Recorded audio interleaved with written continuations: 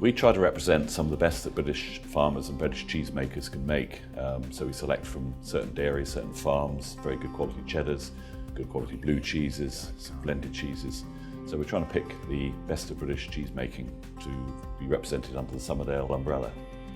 The Somerdale label and the British label really says heritage. This is a great country for cheese making. We've been making things like Cheshire and cheddar here since the 1300s.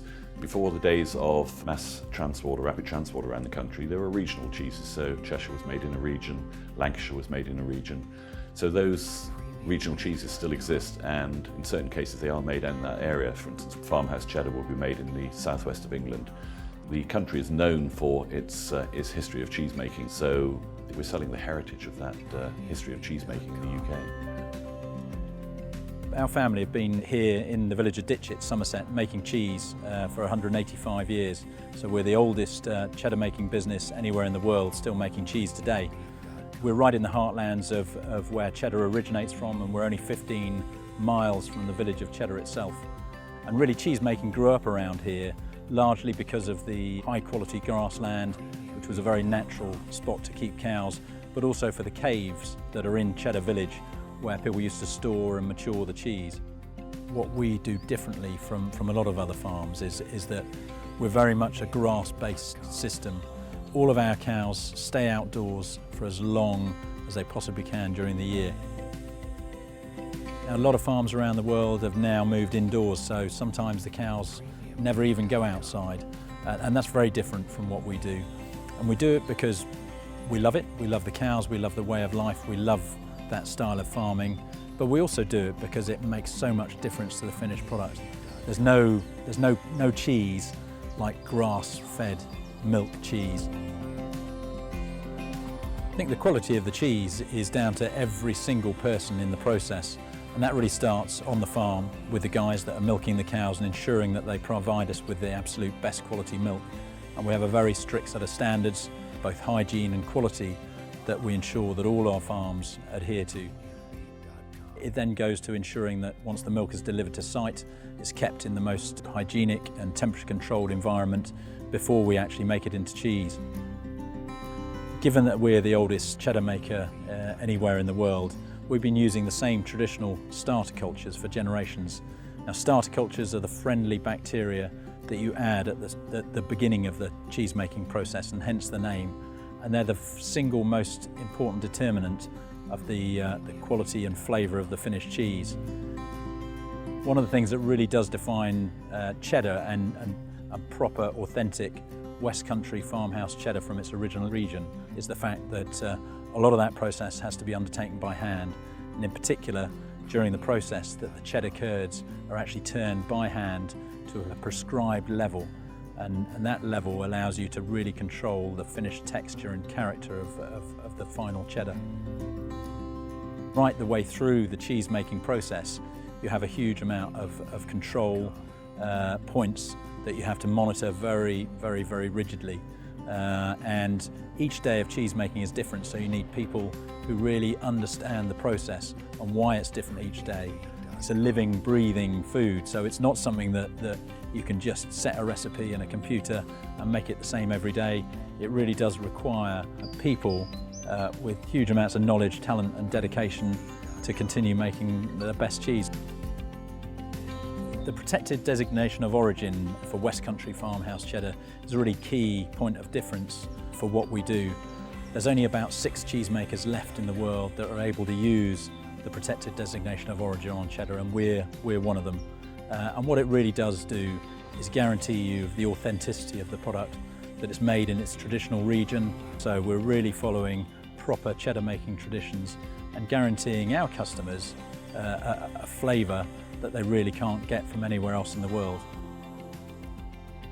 Once the cheese has actually been made, that's only the first part of the story. Often our cheese is aged for up to 2 years. Cheese is graded in the very first instance by analysing effectively the chemical composition of the cheese.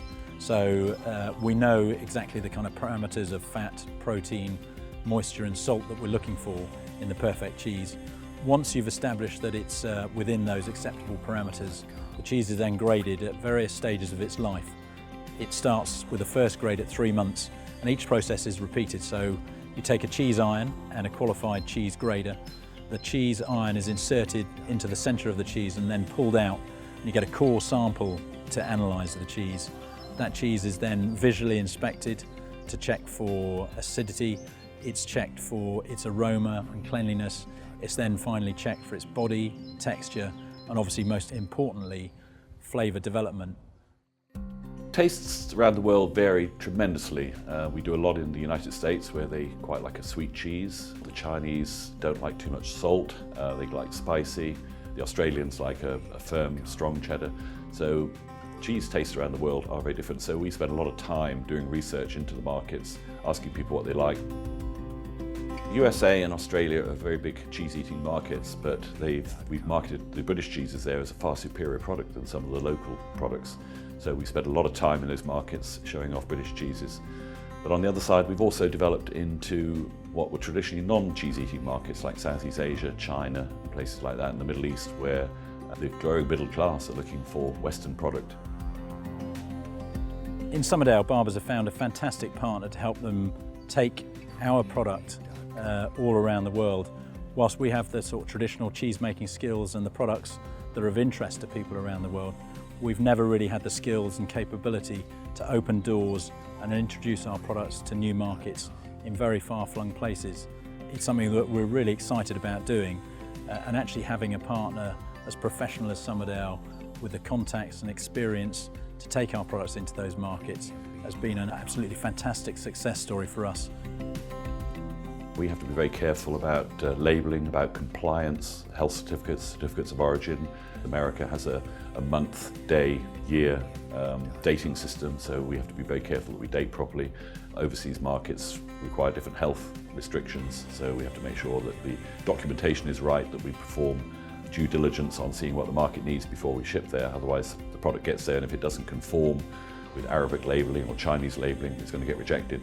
I asked someone the other day, what are the important things? And they said the important thing is to get the right product here at the right time, in the right condition, with the right label on and all the right certification. And that's really what we're aiming to do, to make sure that our distributors, our retailers, everything get exactly what they want on time. Originally when we started Somerdale, people sort of perceived us as just shipping other people's cheese, and all we did is just took orders to ship them. Since then, we've developed dramatically into developing our own brands, our own flavours, our own marketing. We spend a lot of time in market research, in finding out what our customers need. So we're the sort of front edge, hopefully, for a lot of British cheesemakers. We can go to British cheesemakers and tell them what the market needs.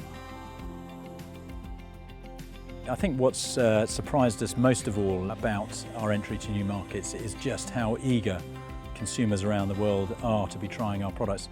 I think we possibly underestimated the interest that there is in really original, authentic products from their proper region of origin.